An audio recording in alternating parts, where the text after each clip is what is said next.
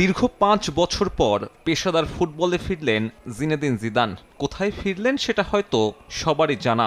গুঞ্জন এখন সত্যি, ফরাসিদের নতুন কোচ বিশ্বকাপ জয়ী এই মিডফিল্ডার। মঙ্গলবার ফ্রান্স ফুটবলের হেডকোয়ার্টারে নতুন কোচের নাম ঘোষণা করেন ফেডারেশন সভাপতি। ৪ বছরের চুক্তিতে নিয়োগ, মাসিক বেতন ৬.৫ কোটি টাকারও বেশি।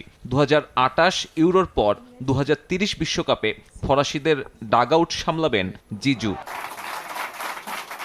২০২১-এ রিয়াল মাদ্রিদের দায়িত্ব ছাড়ার পর থেকেই এই গুঞ্জনের শুরু। প্রত্যক্ষ বা পরোক্ষভাবে নিজের পছন্দের কথা একাধিকবার জানিয়েছেন জিদান, আর ভালোবাসার ওই চাকরির জন্য গত ৫ বছরে ফিরিয়ে দেন একাধিক শীর্ষস্থানীয় ক্লাবের প্রস্তাব। Aujourd'hui pour moi c'est juste France জাতীয় দলের জন্য গত ৪-৫ বছর যাবৎ প্রস্তাব আসে, আমি মানা করে দিই। রিয়াল মাদ্রিদের পরে ফ্রেঞ্চ দলের হয়ে কোচিং করানোটাই ছিল আমার একমাত্র চাওয়া।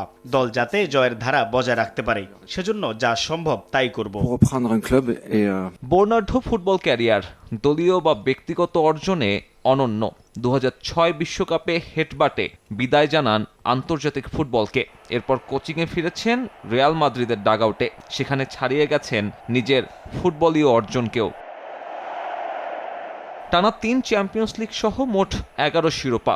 লস ব্লাঙ্কোসের ৫০ বছরের অপেক্ষার অবসান ঘটিয়ে এক মৌসুমে জিতিয়েছেন লা লিগা আর ইউরোপিয়ান ট্রফি।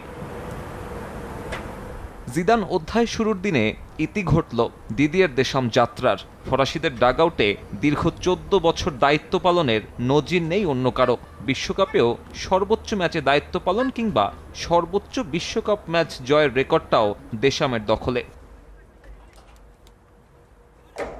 বিশ্বকাপ আর নেশনস লিগ জিতলেও জেতা হয়নি ইউরো ট্রফি। ২০১৬ আর ২২ দুবারই ফাইনালে হার দেশাম বাহিনীর।